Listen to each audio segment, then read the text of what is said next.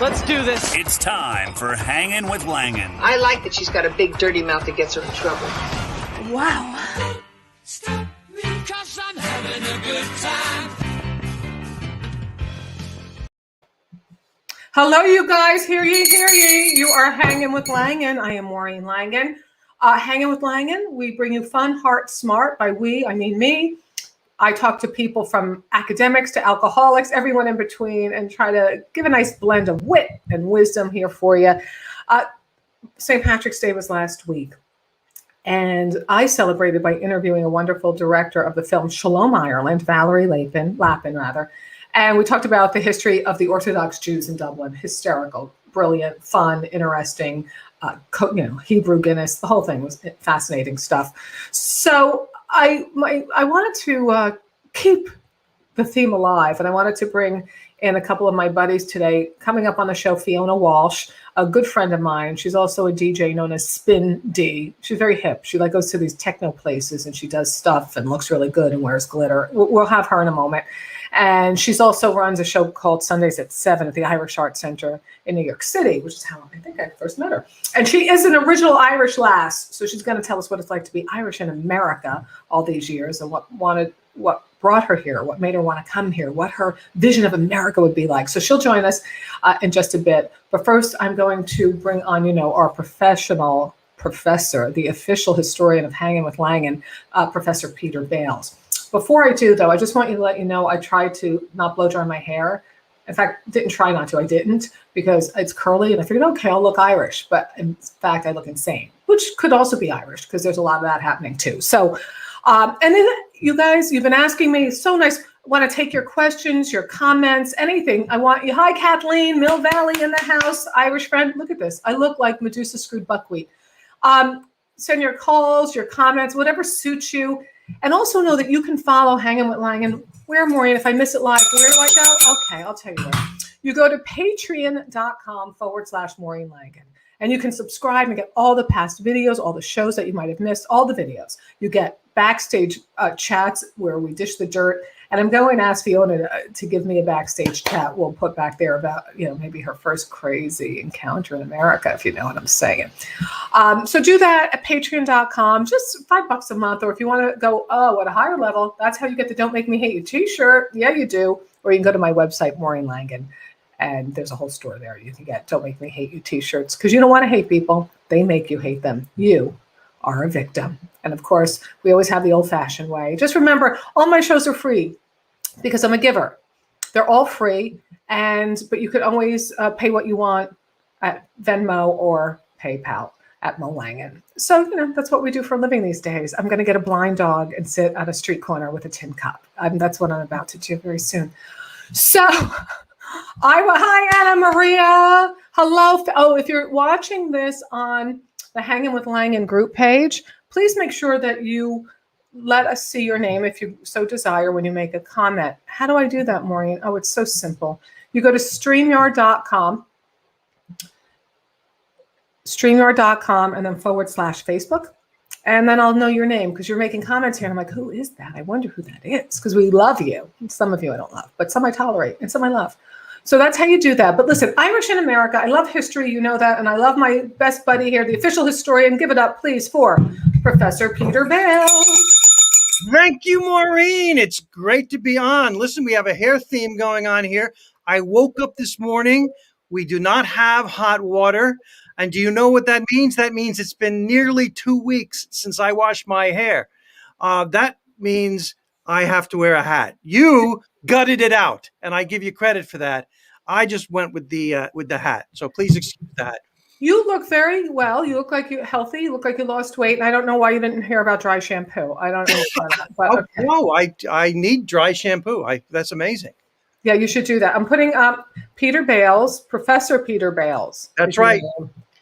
And official historian of Hanging with Langan, and I'm ready for anything you're going to throw at me right now. Let's get to the start of it. The Irish first came when? In mass numbers? The famine? In mass numbers began to pick up in the 1830s, and really mass numbers in the 1840s. And without a doubt, they are fleeing poverty. which was caused mainly by, well, lots of things, but especially the potato famine, a disease that affected not humans, but the potato, the staple food of Ireland. And it was just absolutely horrible conditions, starvation, let's be honest. The English were not helpful. In fact, many wealthy English used that opportunity to buy property. When people lost their property, Irish people lost their property, English would step in and buy it, foreclosed property. Bitterness from that time period, of course, remains to this day. But they had. So when did the famine start exactly? What years? Well, there was a potato knish famine in 1987 in Israel, but that's not what you're asking about. The potato famine was I'm not sure exactly the year, but it was a multi-year thing in the 1840s, and it destroyed the staple. I mean, I do know that, but for the you eat masses, potatoes 3 times a day. It's an Irish tradition. And whereas the staple food of China would be rice, and for France it would be wheat and bread. and foie gras. For the Is that what it is? Look at this hair. yes, yes, But Peter, the thing what people have to understand why the Irish stereotype of the potato is it's a truth, because it would yield the potatoes, a little plot of land could yield a lot of potatoes, and that would be your sustenance, and that would be how you could survive and have your like 12, 14, 1,800 children.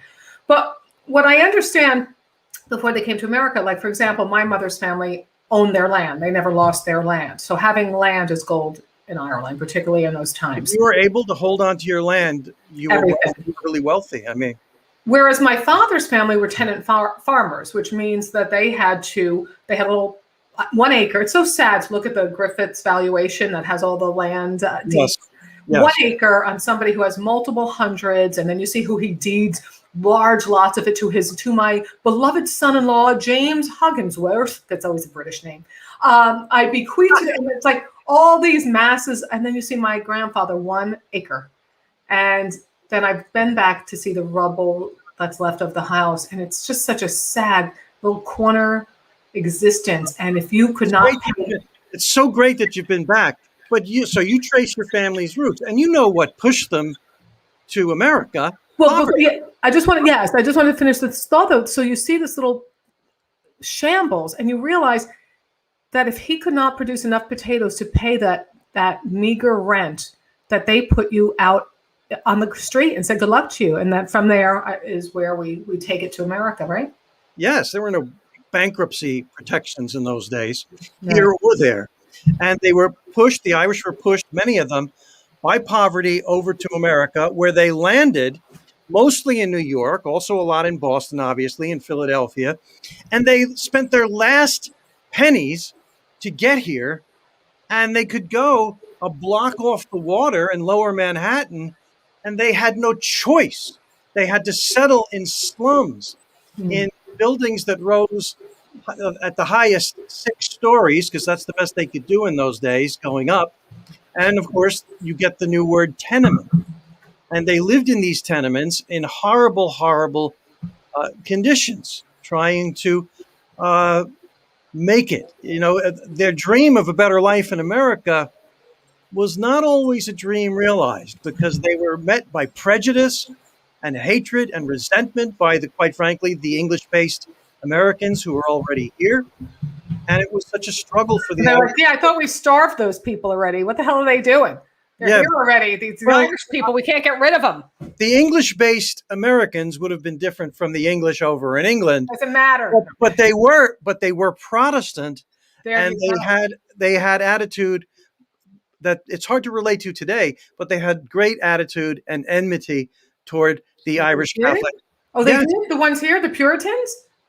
Yes, they did. Can you believe it? The Puritans were not accepting of a Christianity that was different than their Christianity. Oh, I thought you said they were. You're being sarcastic. Okay. No, that I'm saying that the Irish Catholics got so much resentment from the people, from the Protestants already here. And I want to give a shout out, Peter. Langan is watching in Ireland. Where are you watching from in Ireland, Langan? My father's family is from Westmeath, outside of Mullingar, in a little place called Rathconrath. So that's where he's from. I want to know where you're from. They're not from Mayo. They're from Westmeath. Okay, Well, so I think finding out that you have a sister that you didn't know about, and you're taking that very calmly. I have a lot of siblings I do know about. That's what some of them are hard to take calmly. No, I'm kidding. I love them all. Well, my mom's 1 of 10. That's Smith, and my father, he's from a big family. I'm watching people's comments here. Okay, so they get here, they're working. What are some of the first jobs they do?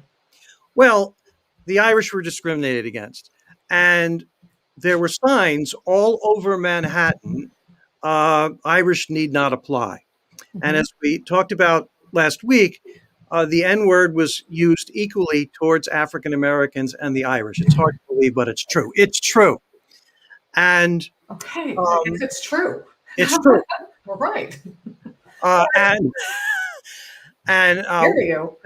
women were able to get, girls were able to get work as domestics.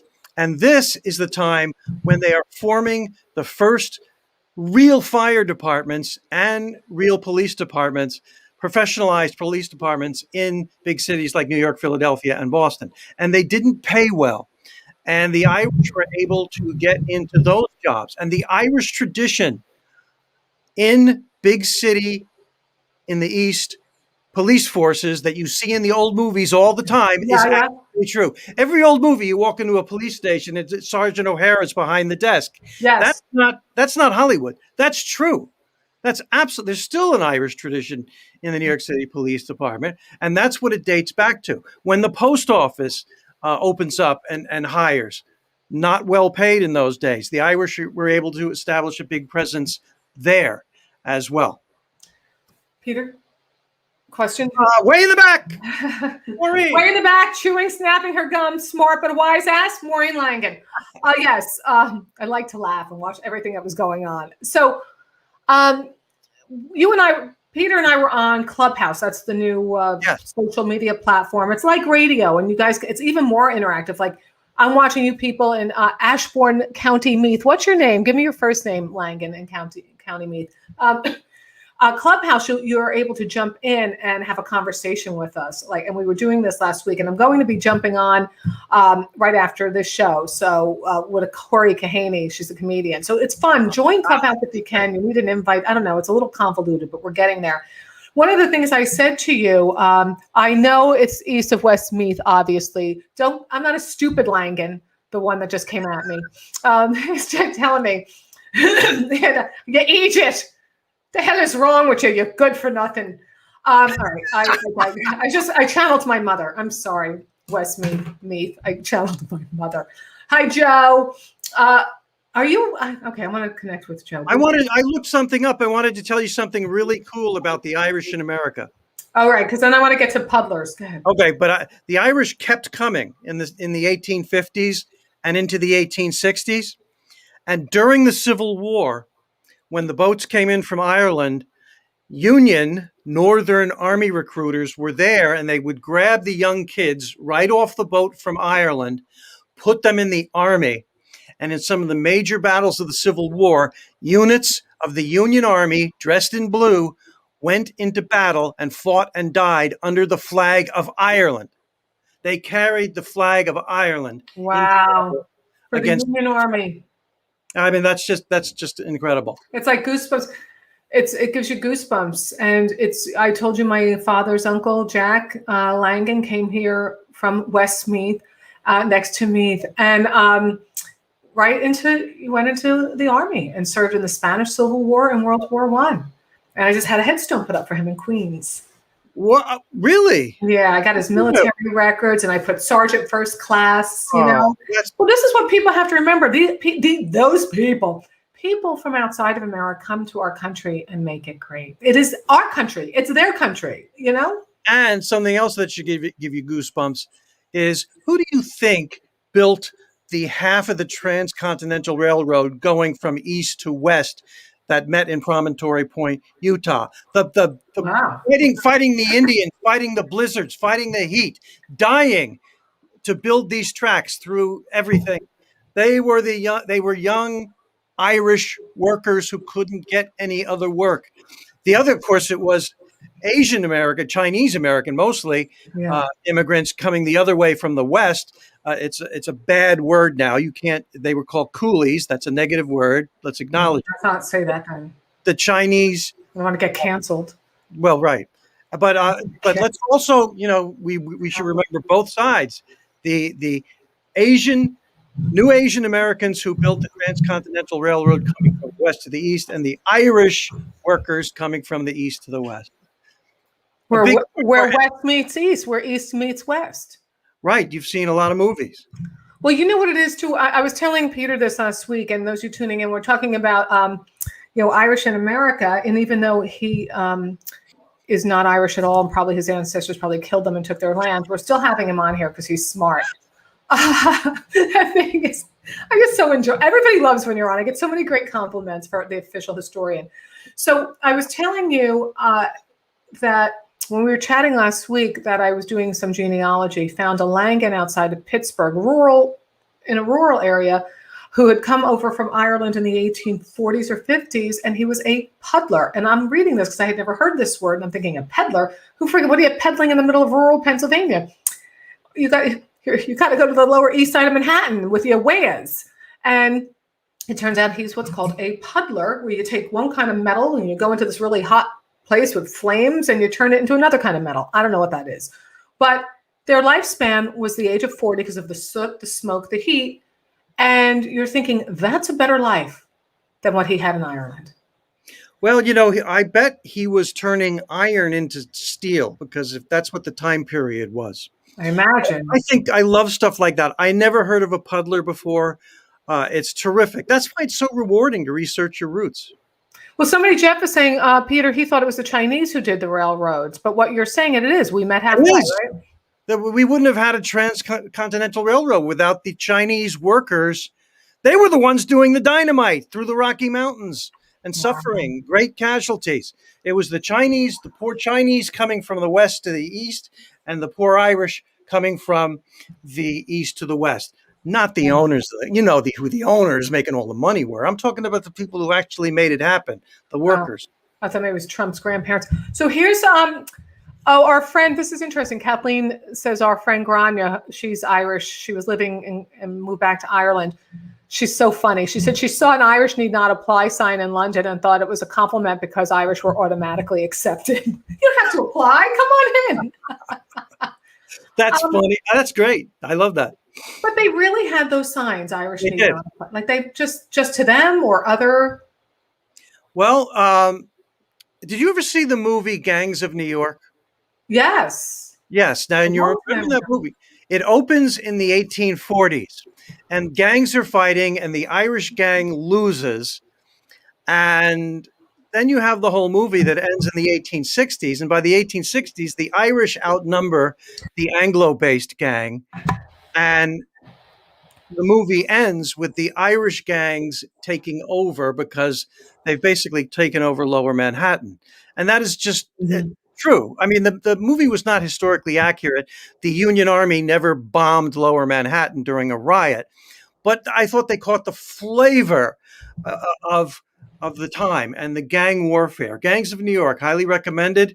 Leonardo DiCaprio was the leader of the Irish gang, and he was okay. He wasn't, there they are, let's get that. I thought that was a little bit, he wasn't sort of tough enough. But I highly recommend to your listeners and watchers the movie The Gangs of New York, for the spirit of the Irish conflict against the Anglo-based Americans who are already here. And I'll tell you something, Maureen. Oh, yeah, please. I'm going to tell you something right now. Daydreaming out the window like in school. And that, okay, yes, Professor.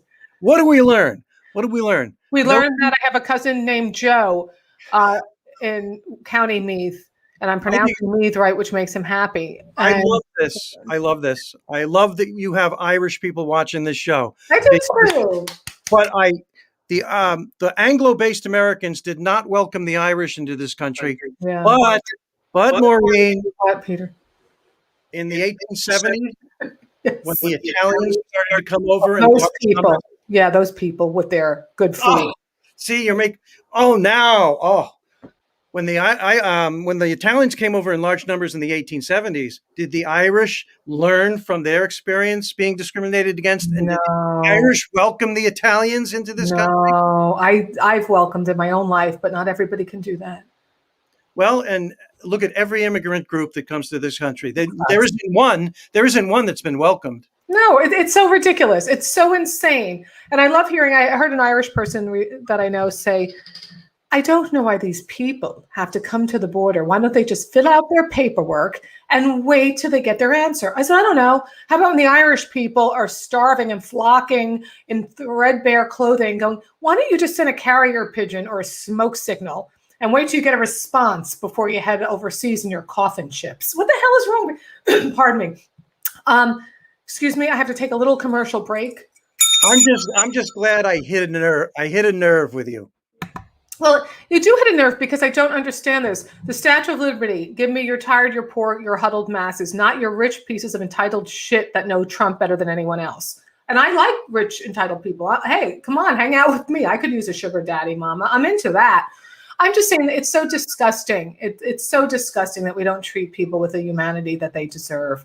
I mean, anyway, here's the deal, you guys. Hear you. Peter, stand by, please. I'll bring you right back. What I want to let you folks know is I can't bring you this great content. All shows are free, but if we also do and by we I mean me, a pay as you can, if you can, donation at paypal.me/Mo Langen, Venmo at Mo Langen.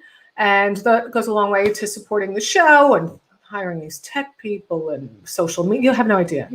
It's insane. And also you can go to patreon.com, and that's really cool because you get goodies at different levels. It's a lot of fun. Like if you come in at the Carol Burnett level, $5 a month, access to all the videos. Those are not accessible except for there. And we are on all the major audio platforms, Apple, Spotify, what have you.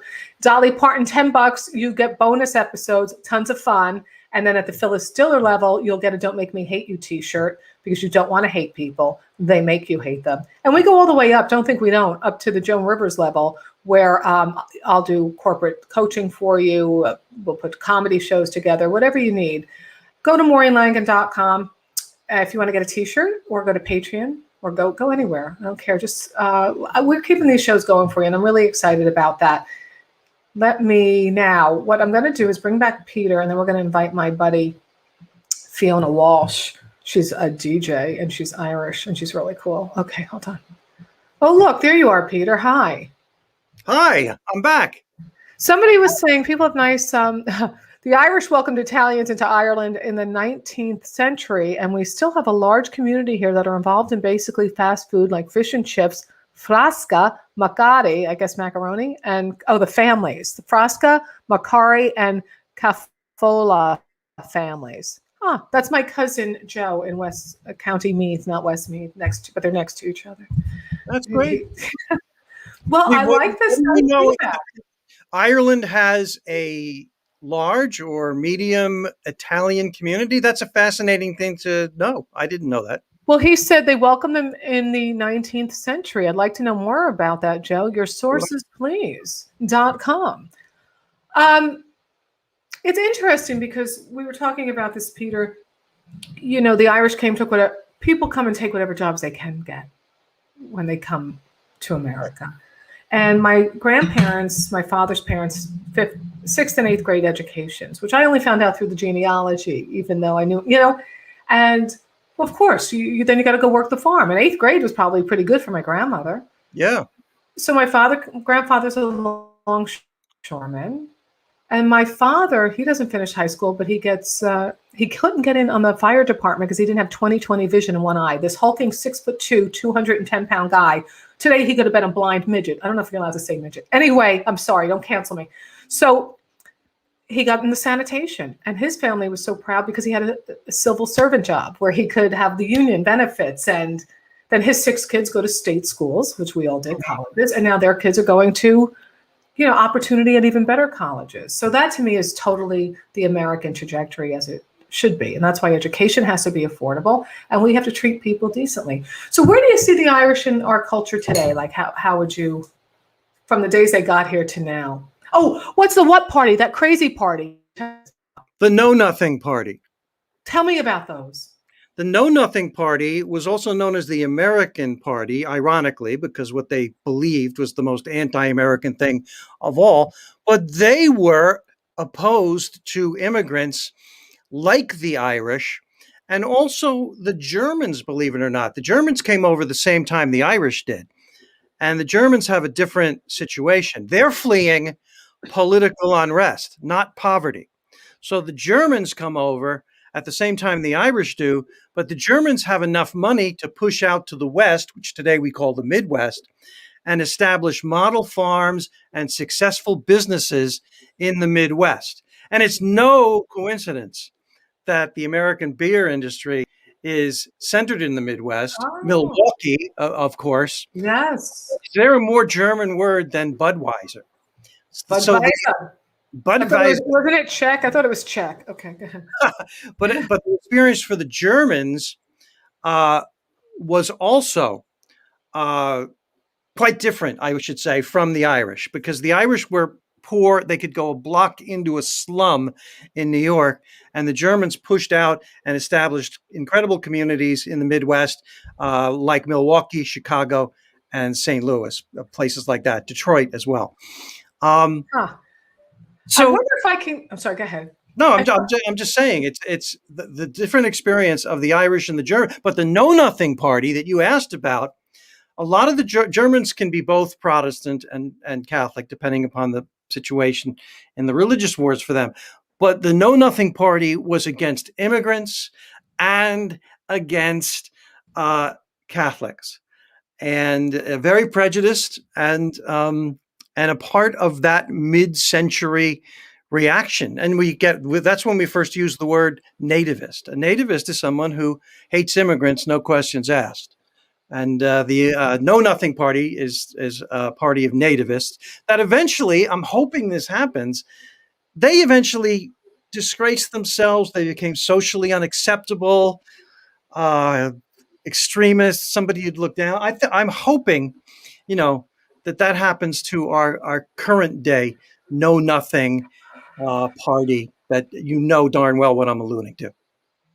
I hope you're right. My guest is Professor Peter Bales. He's the official historian of Hanging with Langan. He's my friend. He's also a comedian. We've worked together. He cracks me up. We have a great time. I'm going to bring in to join us my Irish friend living here in America now. She's American too now. Fiona Walsh. She's a DJ. But first, I want to just shout out a couple of your.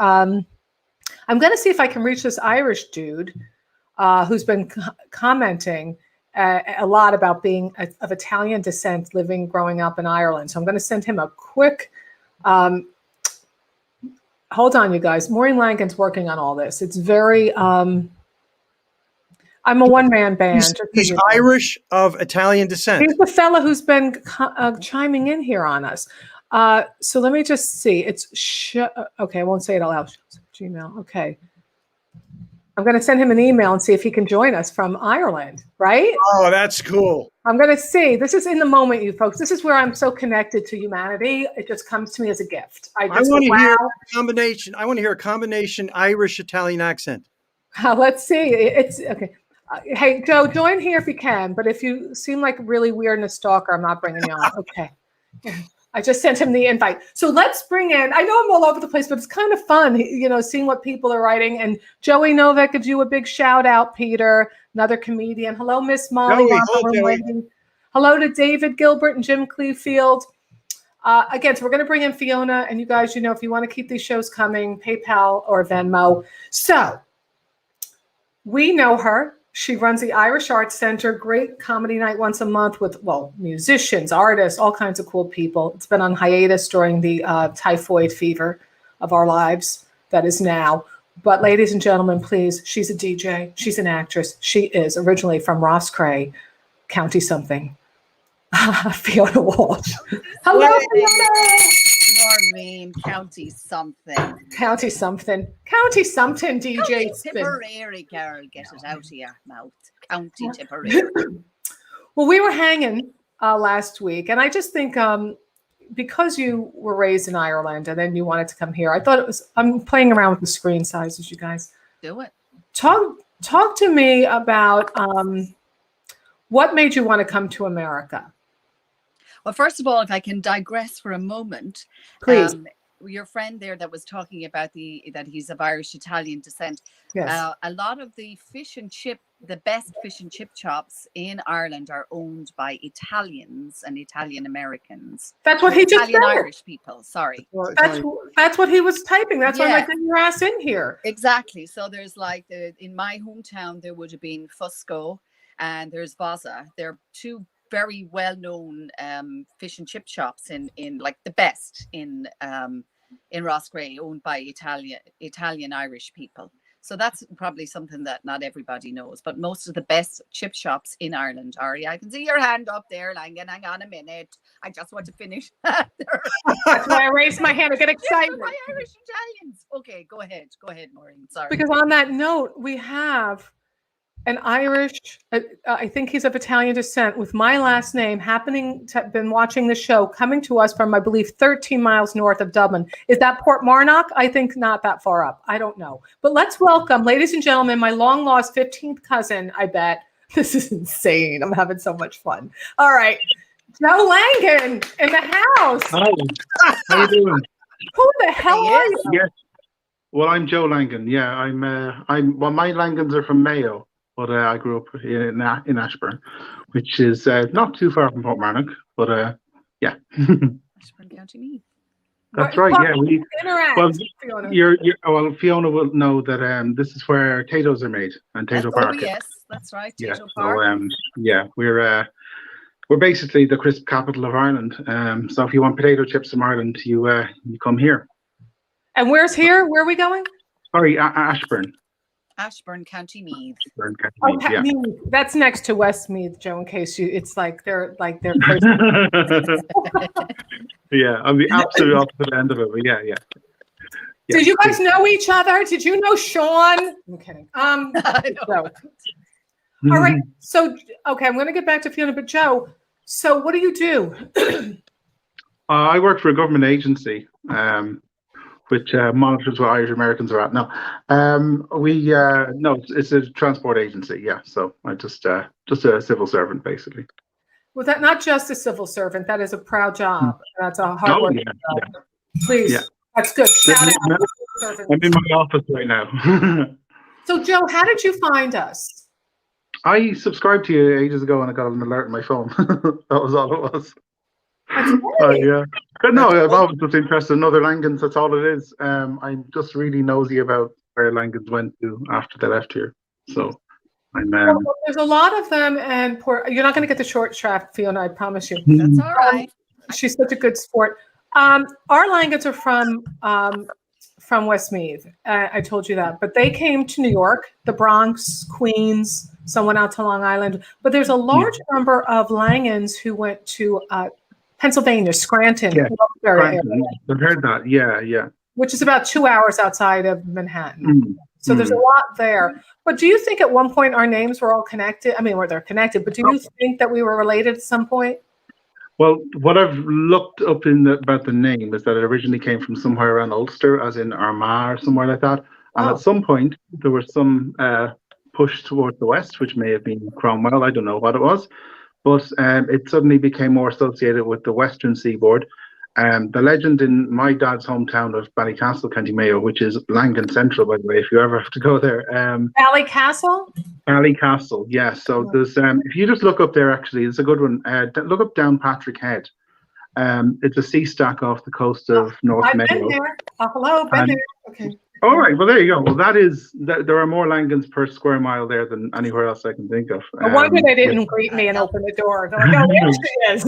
But the legend there is that they only go back 200 or 300 years there because it was originally 5 brothers who came from Donegal to build a bridge somewhere, and they all settled and intermarried, and there's all sorts of different Langan families that are not related, and to suggest they're related is to suggest that people have been joining the family tree up in ways they shouldn't have. But yeah, it's really interesting. But the legend anyway is that basically they're only in Mayo, they're only blow-ins, they're only around 300 years there. So yeah. Well, So our Langans go back. I've gotten back to the 1700s in Westmeath, so I'm sure they've been there for quite a while. But I also was told it meant like long shipperman or long sailor. Yes, yeah. There's a couple of different, long gone, oh, long gone. So yeah, it could be long persons, tall person, tall one, all sorts of things. But ship is also, as you say, long. So it could be ship person, yeah. So Yeah. it's really hard They've been a shit person and they misspelled it. Yeah. I don't know. It's also one of those things as great. well where some idiot wrote down the name you go in Irish, and some of them were translated into English as Lenihan, some of them were translated in English as Lanigan. Actually, sorry, no, Lanigan is a totally different name, but some of it is Lenihan, some of it is Langan, some of it is Lang. You get a lot of Langs, which are ultimately related to the same thing. This is so cool, Joe. It's nice to meet you. I think it's great you jumped on here. What Maureen is not telling you is that she finds most of her relatives in this country by searching prison records. Well, I did look at a lot of the petty session court records from Westmeath, and there was a lot of bar brawls going on in Mullingar. That's all I'm saying. Yeah. A lot of dog It's tags. funny, actually. I found someone with my exact name in my town, in Ashburn, in a census in 18 something as well. So they were obviously around here as well. So there's definitely strong roots somewhere on the eastern seaboard. And North County Dublin, the real rural part of North County Dublin, where they grow a lot of potatoes. There was Mangans there too. So they're probably spud farmers. So Ashburn, very fun. Now Fiona was saying what you were saying, Fiona, that you were saying that I don't know about this Italian population that came to Ireland. So Fiona, you start with you guys. Let's talk about that. Well, that's just that they often, many of them in Ireland, run the best chip shops in Ireland, which you would think would be, Irish fish and chips or British fish and chips. You would think would be run by. But it's actually our Italians that moved to Ireland who open most of the chip shops in Ireland. Yeah. Joe, if you get a craving for chicken parmesan and spaghetti, do you have somewhere to go in your town at night? I didn't even have pasta till I was about 18 years of age. Really? Yeah. Mm-hmm. No pasta for me. Mum was a meat and two veg kind of person growing up. Most Irish families were. I'm just curious as to what brought the Italians to Ireland and where they first went. That's interesting to me.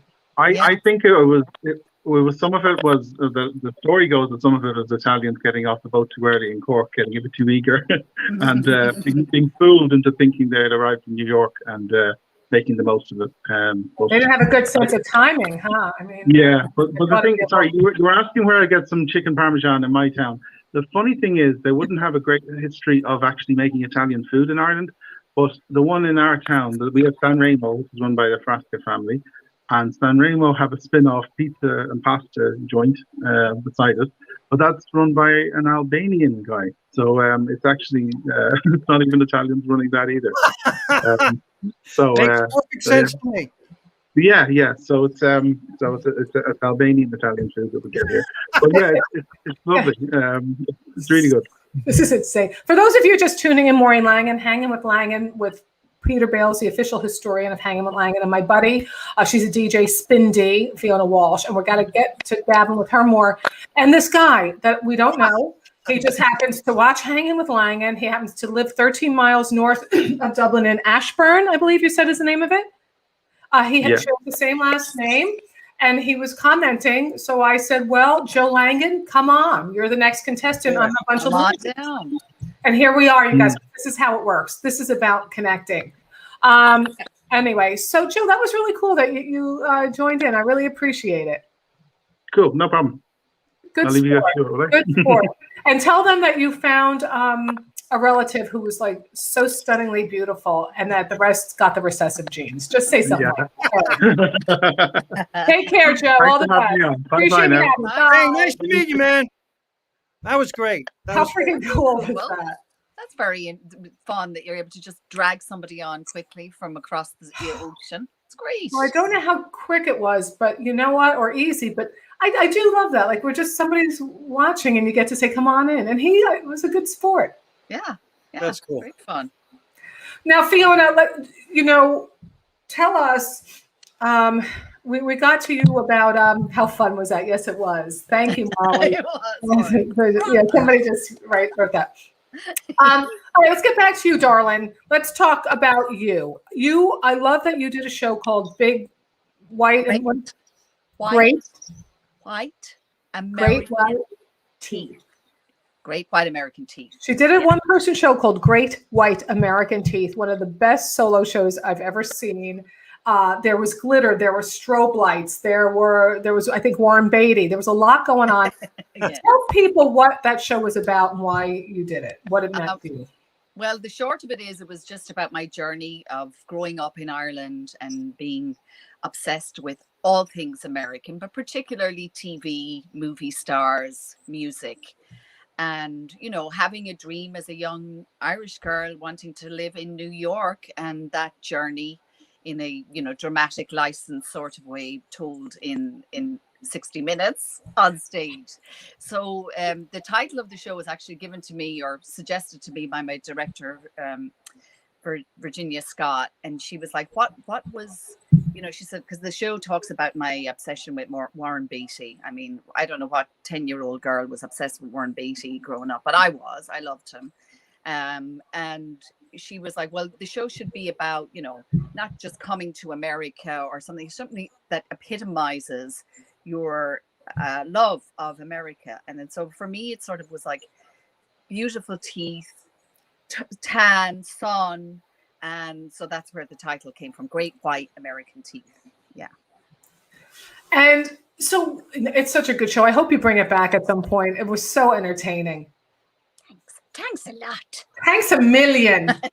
See, that's the whole thing. What do you guys think? I mean, what do you think about like the stereotypes? What do you think they are that Americans have about Irish people? I mean, somebody held up a glass of whiskey before. Hold it up again. No. Now, in fairness, it's just a light beer, Peter. It's a light beer. It's too early for whiskey. Okay. Another hour. Just saying. I saw it. You thought I didn't see it. I saw it. I know. I know. I saw you knowing that I took the well, you want to address that number one stereotype? Is it? Yeah. I mean, of course, it's a kind. I don't think we drink any more than other nations, but I think we're more. Maybe we're more gregarious when we drink. We're more into like. Some stereotypes maybe are true. Can I say that? And like, if you get a lock-in a bar with a bunch of Irish people, the probability is you'll be there till 4 o'clock in the morning and you'll have made 10 friends. Some of you, mostly people you don't know. And I think we're just more, we just love talking because it's a small country. The pub was the hub of, you know, where people met and mingled and chatted and connected with people. And that was the pub still serves as a sort of, did prior to COVID, a sort of social hub, and that became associated with drinking. And so I think maybe it comes from maybe pub culture rather than just the love of alcohol, which, you know, is a separate thing. But I think it does come a little bit from pub culture, and that carries over wherever we go. The sort of, let's go to a bar and sit around a table and swap stories, kind of like what we're doing, but in a bar, you know. Yeah, that's and without alcohol. Yeah. But you know what's interesting, because there was a group of people called, I believe, the Pioneers. You took an oath not to drink, and my mother took that as a teenager. It's, you know, I guess all girls and boys had to do that at around 13. But she was not in a pub until she got off the boat from in America. Her cousin was a newspaperman. He was for the Daily News. And he got his press pass, and because she was Smith near the end of the line, it was alphabetical, he got her out of the line early. They went off to lunch with, you know, whoever was greeting her, and she's like, I've never been in a pub in my life. She's like, she'd never had a drink in Ireland. It was so amazing. Yeah. And then the following week, she went out for Chinese food, and, you know, she wanted tea because she's Irish. She'll have some tea. And they give her the teacup, you know, yeah. Could I have a teacup with a handle? Anyway, those are my stories. That's great. Funny. Well, listen, is it true? I want to ask you both. When you go to the beach, do you have to have sunblock 3000? Well, apparently there's some Spanish in my blood way back on my dad's side. So I actually have kind of sallow skin. But yes, we do tend to burn a little. We get a little crispy in the summer, don't you know? It's funny that you use that word sallow. Well, I burn. I mean, I'm just like so white. But my sister, she has a little, we don't know how, she has a little more pigment. And our cousins were over from Ireland. They're like, oh, you're so fair. Oh, you're just like a Smith. Oh, you're just like a Langan. Oh, they look at Anne. Oh, and you. Oh, you're so sallow. Sallow. It's a great word. It just covers all kind of not white pigmentation back in Ireland. Sallow is a great word. It could also mean peaked or puke. Mad. Oh, Danny McKenna. Here we go. Oh no. He says we drink to make other people interesting. Oh, good man, Danny. Or at least to endure them. Even to endure them. So what are you doing with your DJing now, Fiona Walsh? Well, I'm in tandem with acting and producing and writing. I had always been a big lover of music, and particularly dance music. Like, so I grew up buying. Not Irish dance. You're talking. But I did that too. But mostly the music I like to listen to was, African American soul music, like R&B, disco, hip hop, all that stuff. And I loved dancing. I love going out and clubbing, and that was a big motivation for me to learn a little bit more about putting the music together. Go on, Peter. I have a question for you. I hope it's not a dumb question, and I'm very interested in this. Comedy clubs in Ireland, the comedy scene in Ireland, the stand-up scene, I really have no idea what's going on. Well, I mean, I haven't lived at home for a long time, but I have performed in Ireland. But there's a thriving comedy scene, for sure there is. As there is a tech. I mean, I mostly DJ techno music, so there's actually a thriving techno scene in Ireland too. I mean, this is all prior to COVID, of course, but Right, but did you find Irish audiences different from American audiences? Oh yes. How so, Fiona? I think Irish audiences, from my limited experience, I haven't done loads of gigs. I did the Galway Comedy Festival, and I performed at the International in Dublin a couple of times. Yeah. But you have to work to make them laugh. They don't laugh as easily, I think, as some American audiences. What do you think about that, Maureen? Do you feel like you have to work a little harder for your laughs over there? I think what I found, and again, some people say, Maureen, you've been at good gigs. Same thing with Scotland. People are like, yeah, but you haven't had the shit gigs here. So I've done the Roisin Dubh in Galway several times, the Galway Festival like you, and I've done Dublin a number of times, and Belfast. Belfast, that was a hard gig. Whoa. But it was in an old church converted to a comedy club with people eating like up in the upper altar. And you're like, what's happening? Where am I? The whole thing was just, but it was just such an awkward setup. But I found them to be smart and really appreciate wit. Oh, yeah. I found that they didn't love this. They don't, not that I just do. Hear some of this over the top. Hey, I got my big swinging dick and all this, and then they call, hey, the bitch I used to be married to, or with worse names, those things. I found them to be smarter and really engaged. Yeah. And wanting to hear how the mind works. I found them. And I think that ties into the fact that you can't just pull out your maybe less cerebral jokes.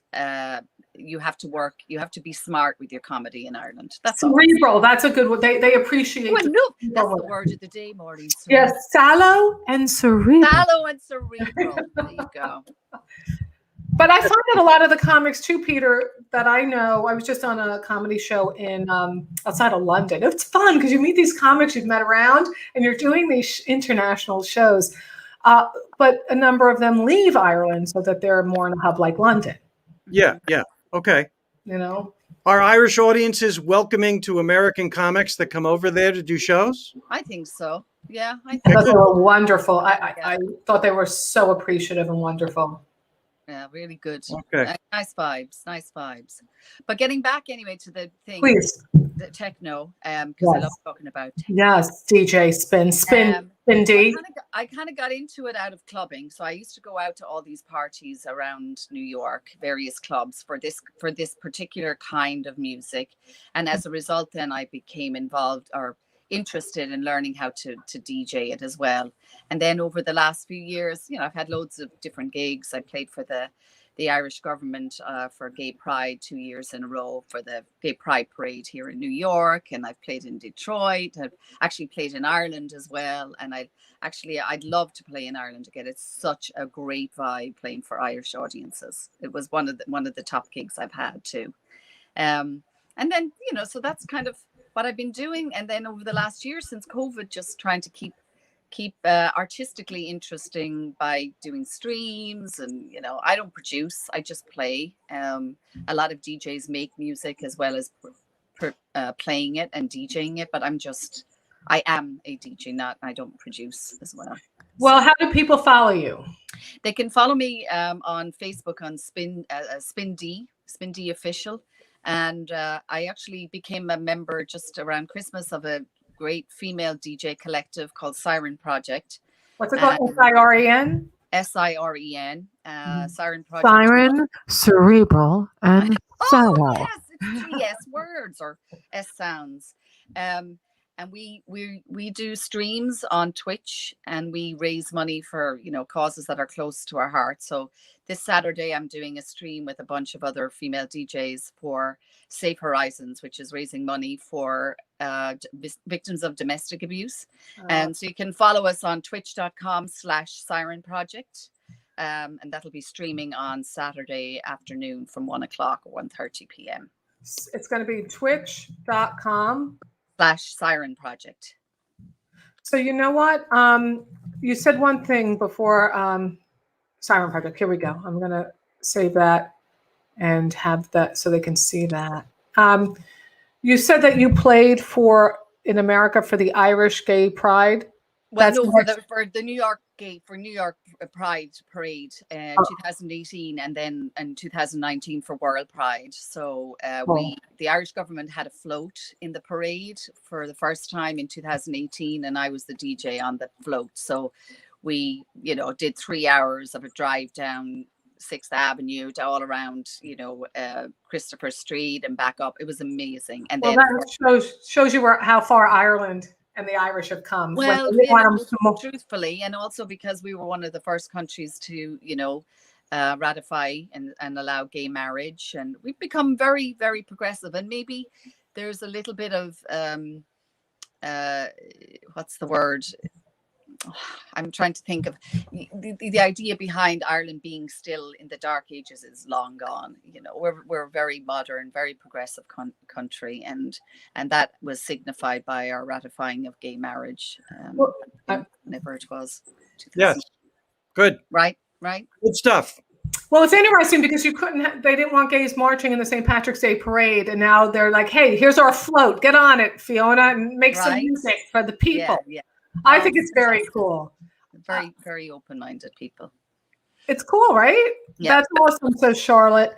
All right. So, Peter, when are you getting back to business with teaching? What's going on with all of that? I'm teaching online, and fall is up in the air right now. We're not sure what's happening for the fall, but you can see the light at the end of the tunnel, definitely.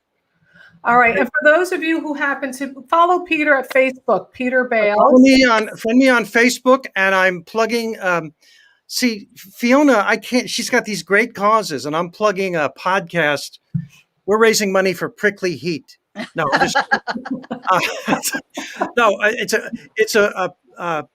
so we have a page on Facebook called Bitchin' Baby Boomers, and we're baby boomers, and we get together and remember fondly our youth, because boomers love to look back. So Bitchin' Baby Boomers, check out our page on Facebook. We've got a podcast that's a lot of fun. So that's where I'm at. I'm glad you're doing that. And you guys, I'm going to jump over onto Clubhouse. And if you're not a member, finagle yourself an invite. I have a few that I can share. It's a really cool platform. I'm going to check that out. I'm going to bounce over there. And you know what? Look, this is what I do. I bring you great guests like this. And if you want to support the show, PayPal, Venmo, or Patreon. All shows are free, but pay what you can if you'd like. And it all goes to keeping us all afloat in these insane times. You know what? You guys are so awesome. this was a little loosey goosey, this show, but I had so much fun with the two of you. Maureen, your skill with technology is astounding. I'm moved. I'm deeply moved that you got this up and running with the 3 I'm gonna o'clock. I'll rip your face off. I'm just gonna come over there and rip your big white American teeth out of your freaking head. Fiona, in honor of you, I'm gonna go have a really serious drink after this show. Good man, Peter. Never let it be said. May the road rise to with you and all that. Rise. Oh, that's wonderful. Chip, That's chip. Chin, Bully. an old All right, Irish. you guys. Yes. Thank all of you for tuning in next Tuesday, same bat time, same bat channel. Got some cool people joining me, but I'll promote that and you'll see that. Follow me at Maureen Langan. You know the deal. Thank you, Molly. Thank you, Charlotte. Thank you, Danny. Thank you, David. A lot of cool people watching today. All right, and you know the deal, you guys. Until we meet again. I was 18 years old when I set foot in Dublin with a fistful of money and a cartload of dreams. Can you not let that show be the song for your show? I don't know. Bye. Bye, Wig.